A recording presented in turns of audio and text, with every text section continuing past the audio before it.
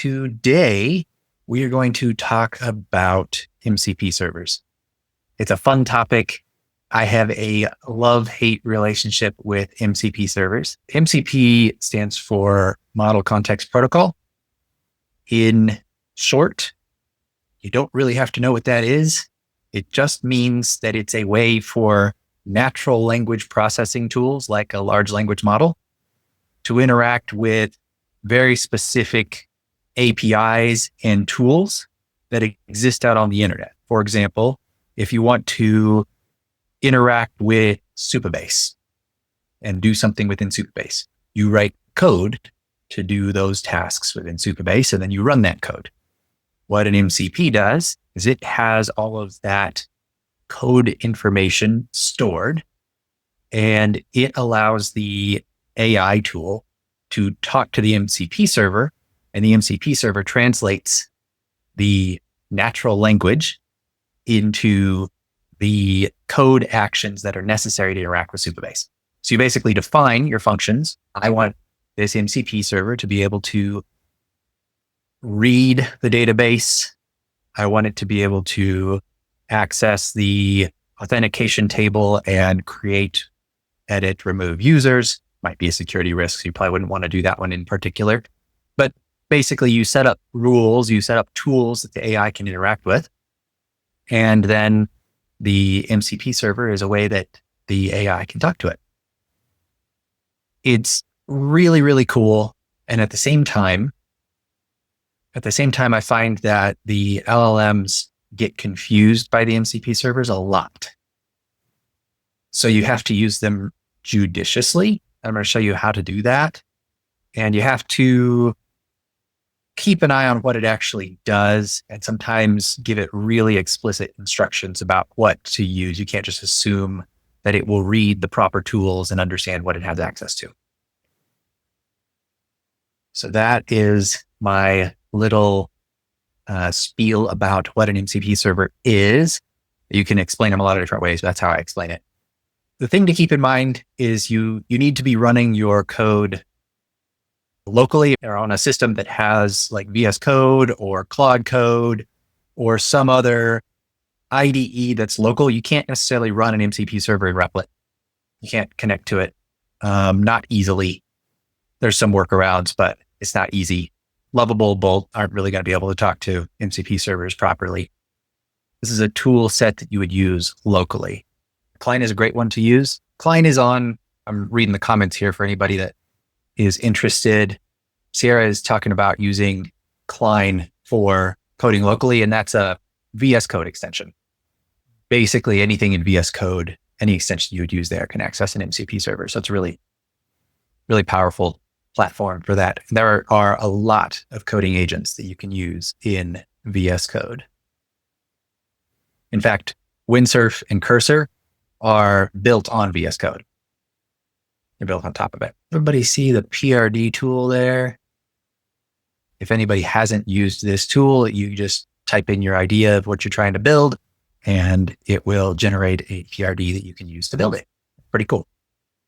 Probably type in a MCP server to build, and it would give you the details.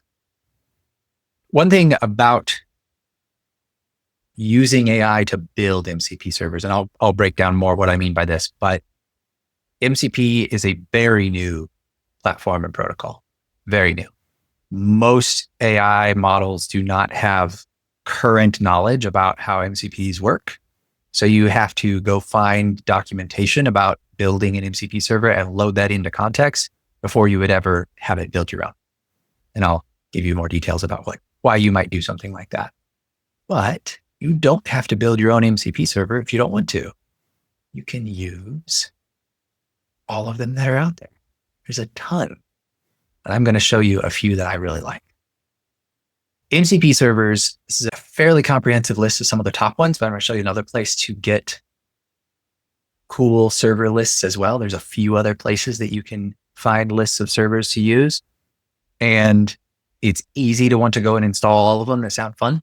And then you're going to create all sorts of problems for yourself. So we'll talk about how to not do that as well. There are a few here, these reference servers have a couple or three, maybe four options that are really, really helpful depending on the AI tool that you're using. The first one that I absolutely think is super critical is this sequential thinking. And I will show you it in action, but basically it forces the AI tool to think through what it's doing, and it does much deeper research than would happen with just giving it a prompt and saying, look through the files and do this and that. It gets even better if you use it with file system. And what this does is it allows the AI tool, it does a lot of stuff, but the main purpose I find it very useful for is it allows the AI tool to load in full context of files. A lot of these LLMs, when you're coding with them, they'll read like 500 lines. And if they don't find what they're looking for, they'll read the next 500 lines. And they don't get the full context. So they might read the 500 lines that has what they want, but then they miss that there are certain calls in that later on in that file that require the information that they're getting ready to edit, and they'll mess up the edit and break the rest of the file. File system loads in a lot better context to your AI coding tool. So it gives it a much bigger picture of what's going on. Now, some AI coding tools claim to do this already, like Augment claims to do a full file system index when you load it up for each folder. I've tested that and it's terrible. In my experience, I've used it 4 times and every single time it was just bad. So that's my experience. It could be different for other people. I've heard some people really love it, but I found it to not know what it said it knew and messed up file systems a lot. So this file system MCP is a really nice one.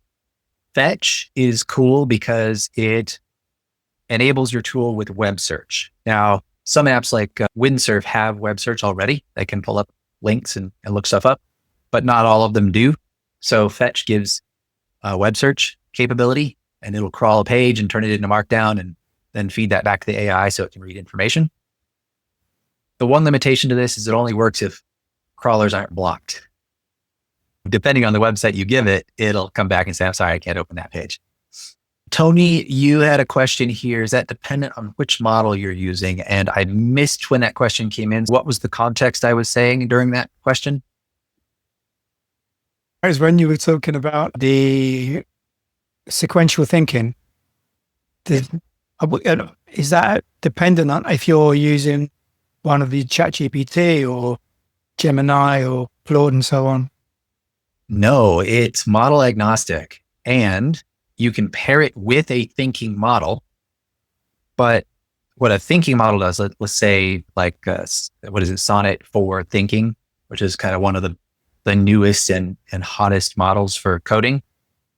That model will take information and then it will think through the process. And basically it's creating its own token store of information to extrapolate on, is what that thinking does. And then it gives you an answer based on that token store that it built up rather than just instantly responding to what you gave it. The sequential thinking breaks the problem down into multiple questions. And then it goes through those questions and answers them one at a time. And if you pair it with a thinking model, then it does additional thinking on top of breaking that down. It works with any. It's extra powerful with a thinking model. One thing to note is using any of these tools may inflate your API token usage if you're doing key-based usage. For example, if I go over here and I have, this is Windsurf, I have Claude Sonnet 4 thinking enabled, and I'm using the bring your own key feature. So I've gone into Windsurf and I've given it my API key to use. If I work on an application for 2 hours, depending on what I'm doing and how many tool calls I use, that might cost me $10 to $20 in API usage, which would be less if I didn't use as many MCP servers. So we're going to talk about the balance there. Taylor, you put a little comment in there about thinking models and how they work. I think we should cover it real quick and then get into the MCP stuff. This is super useful to know. Large language models are not actually thinking of anything at all. Even in thinking mode, they're not thinking of anything. What's happening is they are trained, and all of that training is converted into tokens. Every single bit of training is converted into tokens, which are little strings of numbers, basically. Have I shown you all the tokenizer tool? This is kind of cool to see. You can put in any content and see how it breaks it into tokens. So this right there, that purple, that's one token. The space and the is another token. The A and a space is another token. And then I missed one. There we go. And then this last 5 characters here is a token, right? And they look like this. Just token IDs. And all of these are what the AI has been trained on. Every piece of content has been broken into tokens. And then those tokens are all what it's been trained on and how its memory has been created and its decision-making process has been created. And what it does is when you ask it a question, when you send it a prompt, it says to itself, now I'm oversimplifying here, but this is basically what's happening. It says to itself, I have seen this string, this set of words. I've seen this string of tokens 300 million times.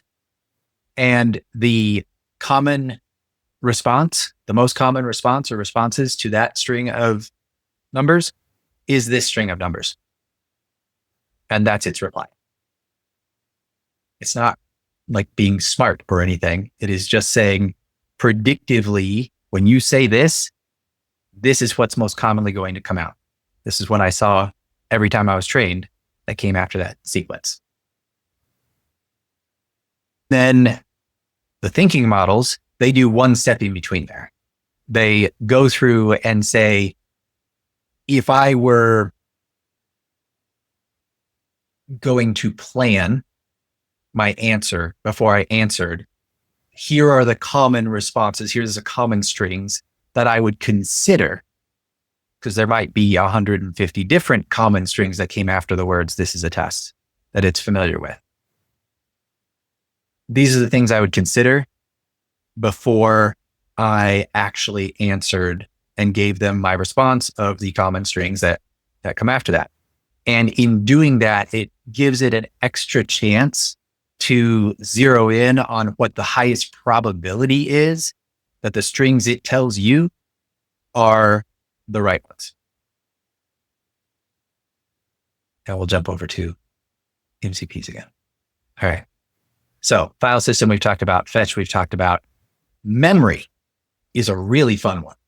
When you're building an application, it's good to train your AI on what you've built and basically give it a memory system to be able to recall information because it has no memory. If you open a new context window, it knows nothing. Now, some AI tools, for example, Windsurf, has memories built in.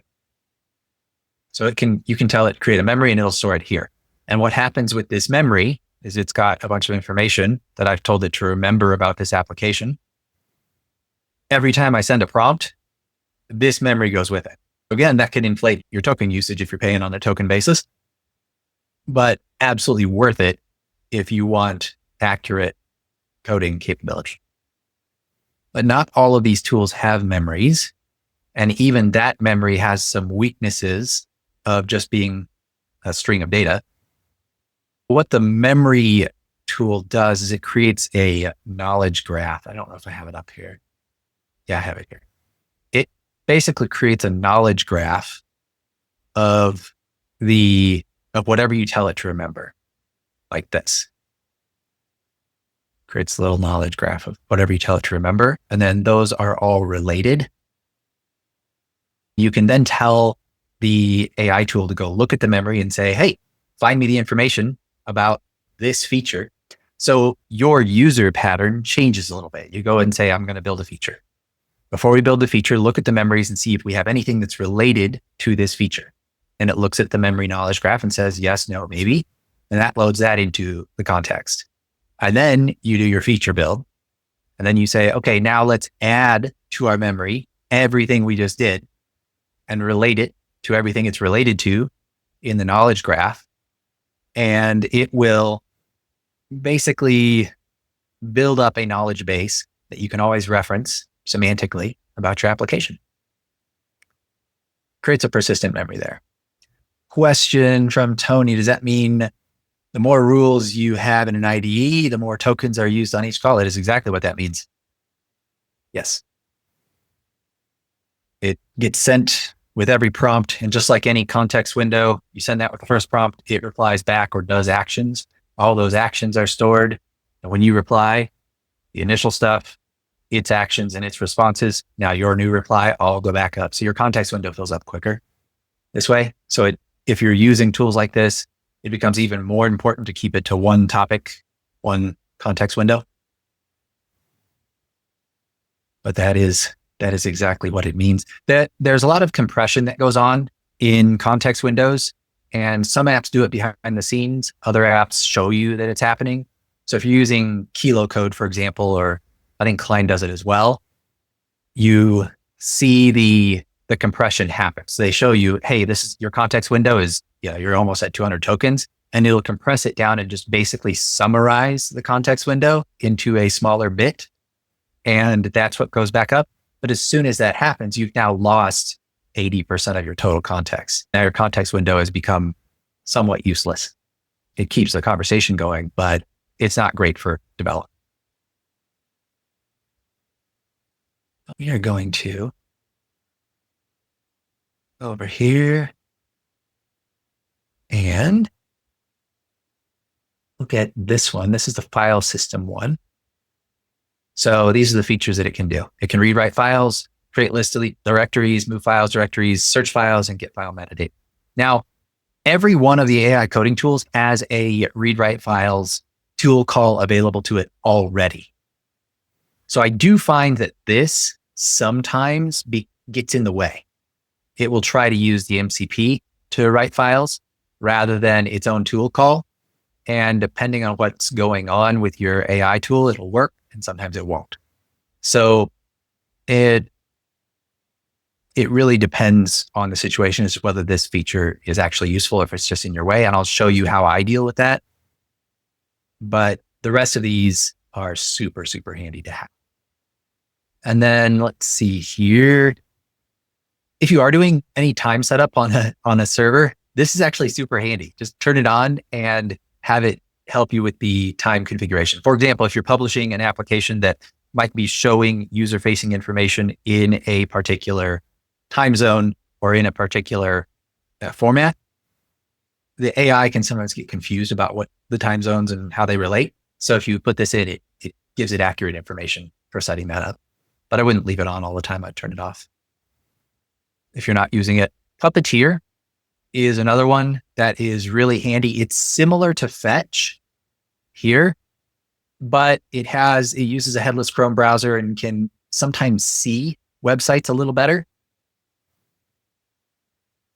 We'll pull up its tool set. So it can go to any URL and it can take a screenshot and bring that back in to your application for context. So this basically gives your AI eyes. It can see what's on the screen. Again, only if headless browsers aren't blocked by the website you're trying to open. So this works really well for opening the apps that you're developing locally and saying, hey, run that and take a look at this thing on the screen. And it'll use Puppeteer to take a screenshot and bring that back in and load it right into the context. So it's basically lets it see the sites you're working on, but it can only see what's above the fold. It can't really scroll around well. And I've found that it doesn't, the fill tool and hover elements, they're very unreliable to work. But as far as getting it to see the screen and load that in, it's actually really useful for that. And then there was one other here that I wanted to mention that is pretty cool. Let's see if I can find it. I think I scrolled past it. Yes, 21st Dev Magic. I'm mentioning this one for two reasons. One, this is connected to 21st Dev's Magic AI component builder. It has a bunch of design components that AI can use and that they're formatted with prompts to be brought into your application. So if you're trying to design something, you're like, I want a button like this, then the MCP can go out and find it on 21st Dev and pull in that component so you don't have to rebuild the whole thing. Then you just style it to fit your application. I also bring this one up because some MCP servers, a lot of the ones I've talked about are free. They operate and you can just use them. This one is not. You pay for access to what it's pulling down, and then you use an API key in the MCP server so that it can access that information. Bonnie, on our 21st Dev, it's very easy to just copy the code and paste it in. So why would you need the MCP for that? That's a great question. The reason for the MCP is so that you don't have to go search for the code yourself. It uses the knowledge of your application and goes and finds it by itself. Is that a good thing or a bad thing? I leave that to you to decide. Seems unnecessary, really. It just seems a waste of tokens. It does. Let's say that when this came out, I used it and I was not impressed. A few months later, I used it and it was successful at finding some elements very quickly, and I didn't have to go look for them. So it was like time versus searching. But yes, you can just go and access all of their templates and just copy and paste them if you want. Here's all the components here. I guess you decide whether it's time or money in that case. Like I said, I didn't find the first version of it great, but 3 months later, it was actually pretty good. To me, is a good example of one that you pay for to access. There's a lot of them in here. There's a ton. There have platform for this, and it's Smithery.ai. And this one's cool because they have built an MCP server that connects to MCP servers. So we're in Inception, the movie style MCP servers. And they have basically a toolbox that you install the toolbox server, and it can look and find any of these servers and call them and then use the tools in these servers. That said, a lot of these servers require API keys and things like that to access. So sometimes they'll work and sometimes they won't. You can create an account and put in your keys for the different servers on Smithery, and then it can access those things. But if you haven't created, for example, if you haven't added Supabase into your account information in Smithery, and then the tool tries to call it, it's just going to fail. Waste of tokens, maybe. You have to plan ahead on what you wanted to actually call and then tell it, I want you to go use my Supabase MCP, things like that. And this is another one, Tony, to your question about copying code versus using an MCP. I personally, a lot of people love this tool setup. I personally find that I just want to go get the MCP server directly that I want access to and set that up on my computer, and then I can turn it on and off as I see fit.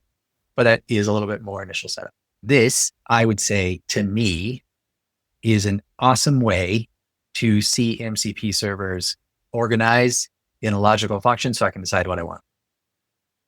So think of it more like a menu. That's how I do. Yeah, that is MCPs as what's available.